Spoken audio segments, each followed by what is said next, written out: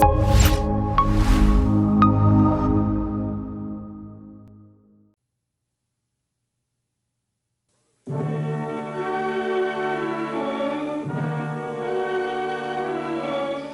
for Star Playhouse presents Dick Powell, Charles Boyer, David Niven, Ida Lupino.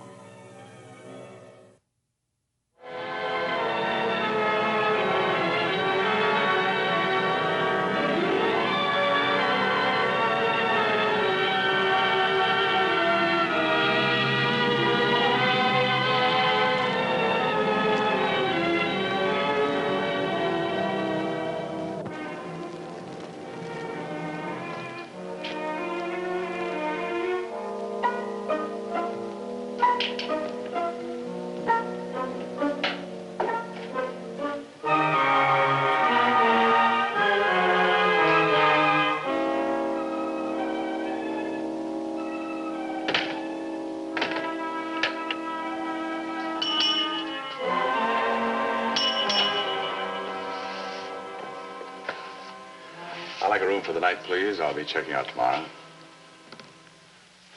Don't let this bother you. It's a typewriter, not a time bomb. I know. Sign here, please. You're David Sheridan, aren't you? Yes.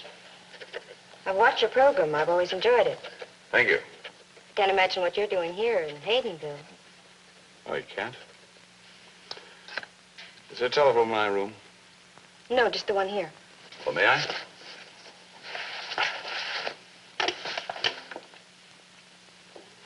Hello, operator.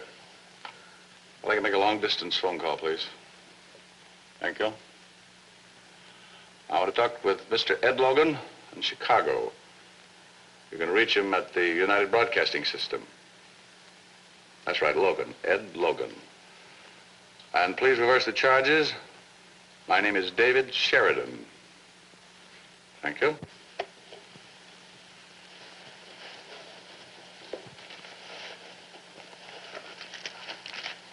No, thank you. Is the story really this important, Mr. Sheridan? Depends on what you mean by this important. Important enough to bring you here. You flatter me, miss. News is important. I'm not. I'm just here for the story. Then you'll televise it, coast to coast. Mm-hmm. Well, hello. Hello, Ed? Yeah, I'm calling for a little town named Hadenville.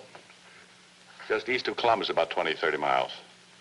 Yeah, I was finishing up on that strike story in Columbus, and I heard what happened down here. It seems that a boy named Fulton was being held in jail on a murder charge, and about 3 hours ago, some 400-odd public-spirited citizens broke down the jail and held a lynching party. Yeah, that's right. I got it on the wire and took a taxi down here. Oh, things are rather quiet now. Hardly anybody on the streets. Well, Ed, send a cameraman down here, will you? Make it Sam Baker if he's free. Yeah, I'll spend tonight here, and tomorrow morning, if Sam can get some pictures, I'll use the story as a feature on tomorrow night's program. Yeah, I want to take what happened in this pigsty and make the whole country conscious of it. What's the name of this hotel? Baxter. I'm staying at the Baxter Hotel, Ed. I'll be back in Chicago tomorrow afternoon. That'll give us plenty of time to develop the film and clear the story. Right. So long. Will it do any good, Mr. Sheridan? Featuring the story on your program, I mean. Well, it's news. That's my business. It's not news anymore. It won't be tomorrow night. The wire services have all carried it. Any paper that wants to mention it will do just that in the morning. I'm sure they will. Maybe I think it's big enough for more than one mention. Will it help? May I have my key, please? You know you're very inquisitive. I can't help it. This is my town. After all happened. Oh, I don't know, it's hard to say, but it was all so horrible. Everyone in the town feels that way. They're ashamed, and they want to forget it. Well, when a child breaks a lamp on purpose, he'd like to forget it, too. Especially when his father lays him over his knee. Was that why you're here? To spank the town, Mr. Sheridan? I came for a feature story, miss. Not an argument. Oh, after I get settled, I want to talk to the police chief. Could you tell me where I could find him? Down the street about a block. Oh, And then you must have heard all the commotion from here. Tell me, while 400 people were killing a man, what were the other 500 people in this town doing? I don't know about the others. I was very busy. Busy? I was praying. To get your version of what happened, Chief. Yeah, I see. Look, Mr. Sheridan, it all happened so quickly. Well, I thought it best that I get the truth from you. Otherwise, I just might have to pick up gossip from the street. Let's go into my office.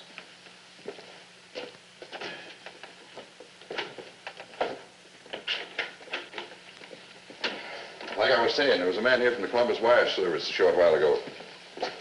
He got the cold facts. Well, Chief, I think I'd like more than the cold facts. I'd like all the facts. All right, here they are. The boy's name was Fulton, Richard Fulton. Around noon today, he broke into old Mrs. Winslow's home. Figured she was out. Mrs. Winslow was a sweet woman. The whole town loved her. When she discovered Fulton looting her house, she screamed. He beat her with a poker. Are you sure of that? He was caught leaving the house. And he confessed when we brought him in here. That's his signature below his words. Go on, please. Well, like I say, everybody loved old Mrs. Winslow. That Fulton was a no-good kid. Word got around what he'd done to Miss Winslow. The whole town seemed to go nuts. People started gathering in bunches to talk it over. And then talk started getting wild. And you didn't send for reinforcements? No. I didn't figure they'd really do anything. I figured it was just talk. Well, I know most of the folks in that mob, Mr. Sheridan. I didn't think. I still can't believe it. No. Tell me, did Fulton have any family? Yeah, father. Pretty old man. He's in the lockup now. We figured it'd be safer for him there than at home alone. Like to talk to him, if I may. Afraid you'll have to wait till morning. He was so upset we had the doc give him a sedative. Ah. In that case, I'll go question some of the townspeople. Afraid you won't find many. This is a small town, Mr. Sheridan. Folks around here go to bed early. Do they dream? These folks around here, Chief, do they dream? What do you mean? Oh, nothing much. I just hate to count all the nightmares tonight. Good night. Thank you.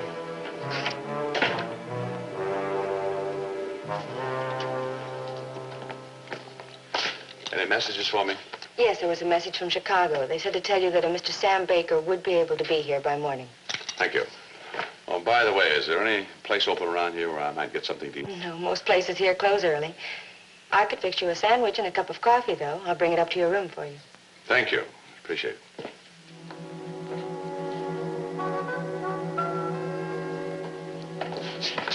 He's in room 5. Thanks for calling, Carol.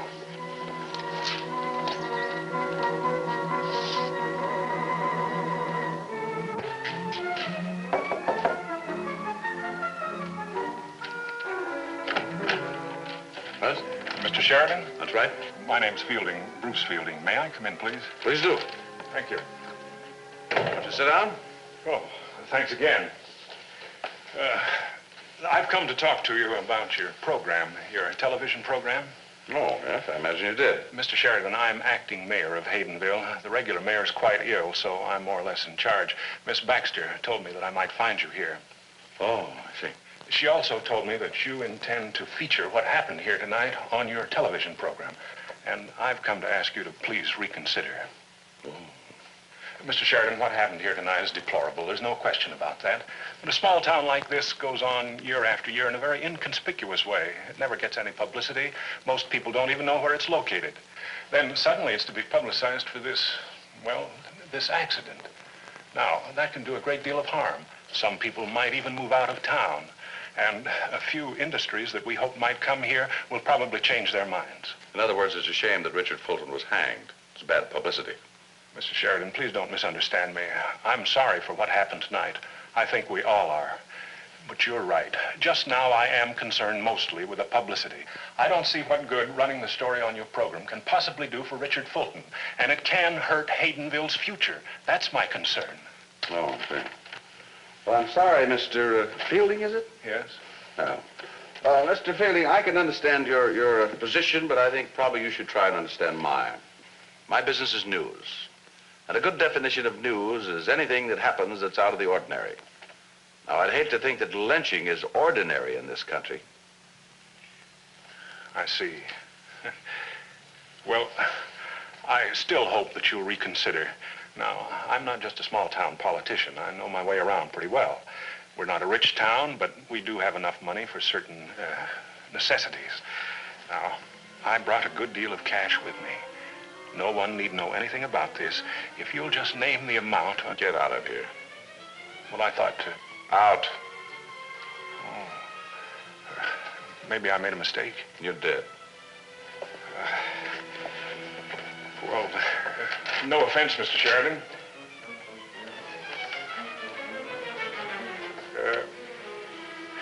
Good night.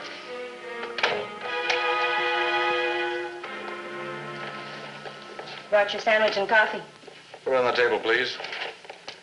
And do me a favor, will you? Don't send any more visitors to see me.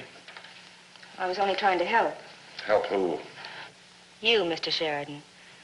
You've come here to lambaste a town you don't even know.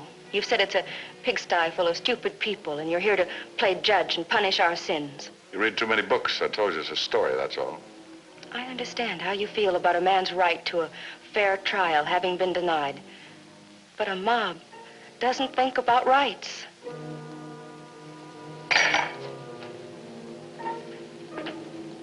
Do you understand how a mob works?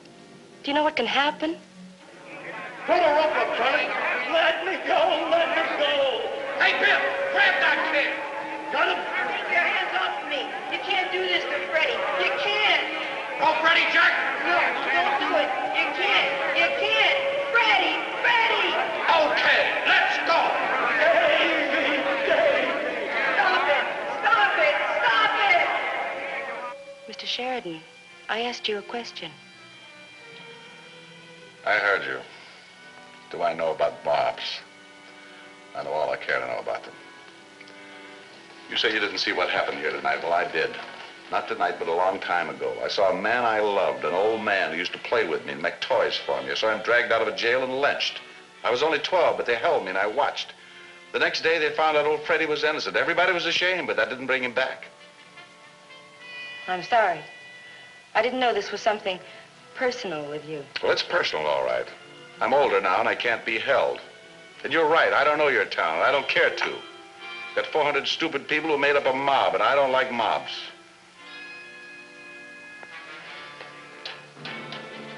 Shall I wake you in the morning?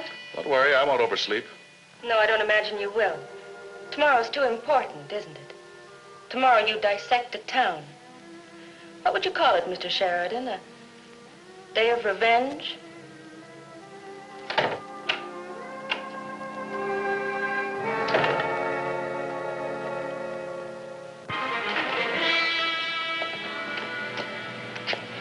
Well, there it is, Sam. Hadenville. Yeah, I missed seeing it when I came in. I must have blinked. You sure this town hanged a guy? Don't look like enough people to pull a rope. Well, they're all home, probably. I want you to get a shot of the street, the jail, the tree where they hung him, everything. Cover the town from top to bottom. I can do that with a Browning. We'll make it fast. We can get a train out here at 1 o'clock. Okay, but where do I find everything? The tree, the jail, you know. Well, use your head. Ask somebody. I'd go with you myself, but I need more copy. Where'll I meet you? Right here, before 12.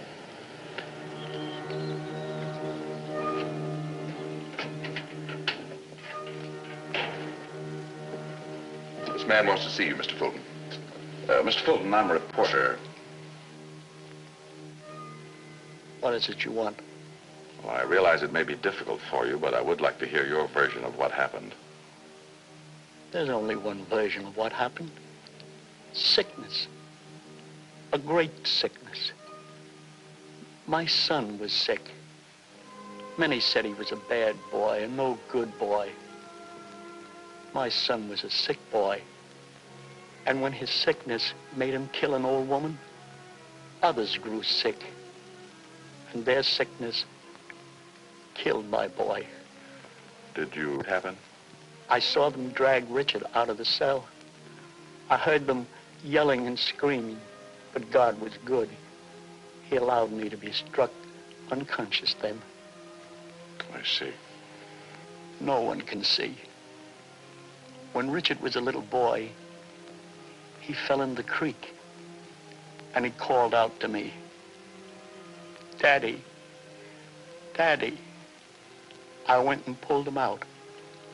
And then he grew up. And I was no longer Daddy, but Pop. Last night he saw my face in that sea of angry people. I couldn't get to him, but I heard him calling to me, "Daddy, Daddy. Thank you, Mr. Fulton. Thank you. Daddy." I hope you got everything you wanted, Mr. Sheridan. I did, thank you. Good. Your public's probably very interested in your opinion of what happened. Oh, I think you'll be more interested in the kind of people that hang a man. Tell me, what time's this program of yours go on the air? Shortly after 7, I do a segment of the news roundup. I'll be watching. Well, I hope you will be. In fact, I hope your whole town will be watching.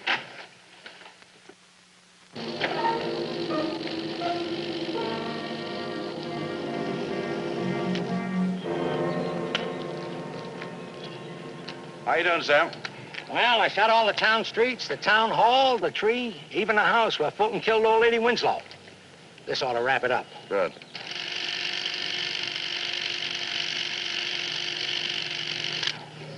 Got it.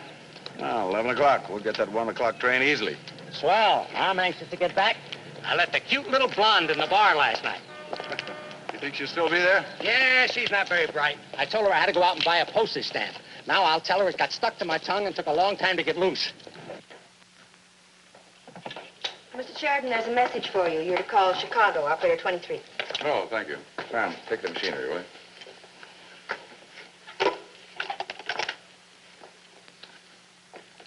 Hello, operator. This is David Sheridan. I have a message to call Chicago, operator 23. Would you get them for me, please? Yes, thank you. Sam, why don't you go out to the room, take a rest before train time? I can use it. I feel like number 19 in a 20-mule team. Yeah, you look the part, too. Wait a minute.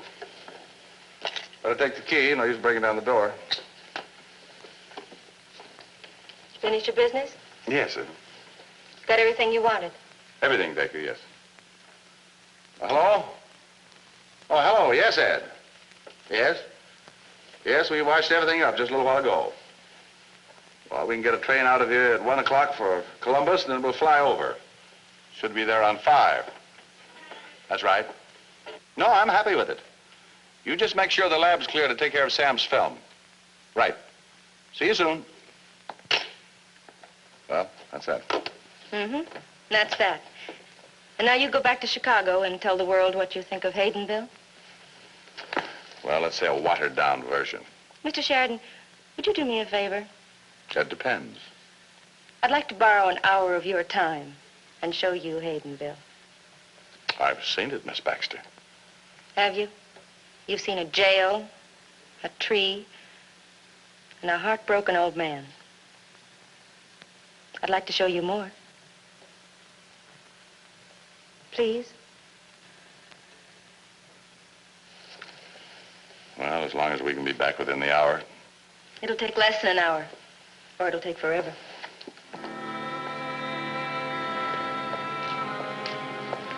It's getting colder. I was born in this town. Lived here all my life. Who were you born, Mr. Sheridan? Small town, Arkansas. You've gone back recently? No. Oh, that's too bad. I can imagine leaving the town I was born in, but not forever. Hey, you. Hey. You're that television guy, ain't you? Well, here I am. Charlie, you better go home. You stay out of this, Carol. This guy came here to find out what happened last night, didn't he? Well, let him get a good story. You want a good story, don't you? That's right. Okay, then I was there. I helped. I helped swing old Mrs. Winslow's killer to a tree, so there. Go on, tell the world. Tell him Charlie Barnes tied the knot. I don't care. I ain't sorry, you see. Didn't mean a thing to me. You always drink your breakfast? Look, so I had a few drinks. So what? So I got a cold, that's all. I just want to make one thing clear. I ain't sorry, you understand? Fulton had it coming to him. Mrs. Winslow was the sweetest old lady in this town, and he beat her brains out. He had it coming, and I ain't sorry. You got that straight? I ain't sorry. You go on home now, Charlie. I just ain't sorry. I just ain't sorry.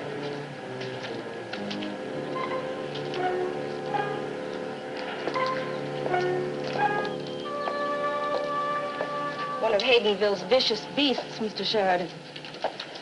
Charlie's a carpenter. Has a nice wife and 3 sons.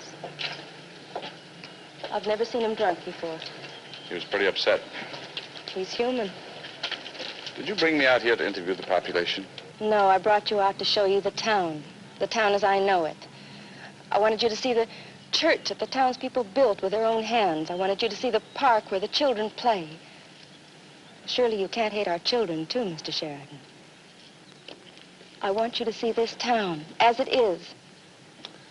One question. Why? Why go to all the trouble to show me around? What's the point?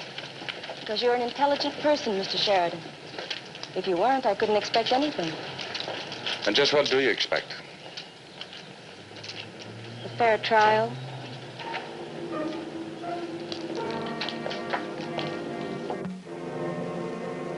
Stand by, Mr. Sheridan. And that takes care of the international situation. Now we switch you to Chicago for today's feature story and David Sheridan. Good evening. In your newspapers today, there appeared a story told of an incident which took place in a small town in Ohio. Last night at approximately 7 o'clock, 400 of the town's 900 citizens rushed the town jail and dragged Richard Fulton from the arms of the law. He was hanged nearby. When I heard about it, I was very angry. I went there. I wanted to see this town of 900 where a mob had lynched Richard Fulton without benefit of a fair trial. The name of the town is unimportant, but what happened there is important, and there's no excuse for it.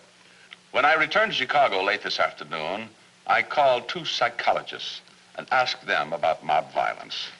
This is what they told me. Anyone is vulnerable to mob hysteria. An average man is 3 times as likely to accept suggestions in a mob as he is when alone, no matter how wild or unreasonable that suggestion may be. The mob member ceases to reason as an individual and is swept along with the mob without reflecting or criticizing what he normally might condemn. That is what I was told. I believe it can happen to anyone, anywhere, if he allows himself to become a member of a mob and discards his own reason for the unreasoning passion of a crowd. I didn't intend to speak like this tonight. As I said, I went to the town because I was angry. A man had been hanged without benefit of a fair trial. I hated the town before I got there. I hated it even more while I was there. I thought its people were an ignorant, stupid form of beast. I hated them and their town because of what had happened. And then, before I was to leave, a young woman made me take 1 hour of thought, 1 hour of quiet reason. She showed me around the town I hated. Yes, I saw the jail from where Richard Fulton was dragged. I also saw a plaque commemorating 9 young men who had given their lives in the war. I saw the tree where Richard Fulton was hanged. I also saw 3 churches that were well filled on Sunday. Yes, I saw many things during that hour, but only 2 really important things, both sides of a story. You see, I had been like a mob. I had gone to that town to lynch it because of the terrible thing it had done. And the important thing, that the town had denied Richard Fulton, I had denied that town a fair trial. This is in no way an effort to minimize or excuse or even whitewash the incident. Last night, a mob committed murder. 400 citizens, men and women, put a young man to death. I won't forget what happened last night. None of us should. A mob is a vicious, frightful thing, and we should all condemn it. But what we must keep in mind is that these criminals, these murderers, were men and women not unlike ourselves. People who traded their reasons for the blind emotions of a mob. One day, they will meet the highest judge of all. Let him condemn them or pity them, but let us not imitate them. Fear what happened last night. Fear it because it could happen to you. The only effective way to avoid mob violence is to refuse to let yourself become part of a mob. I repeat, it could happen to you. God forbid that it does. Good night.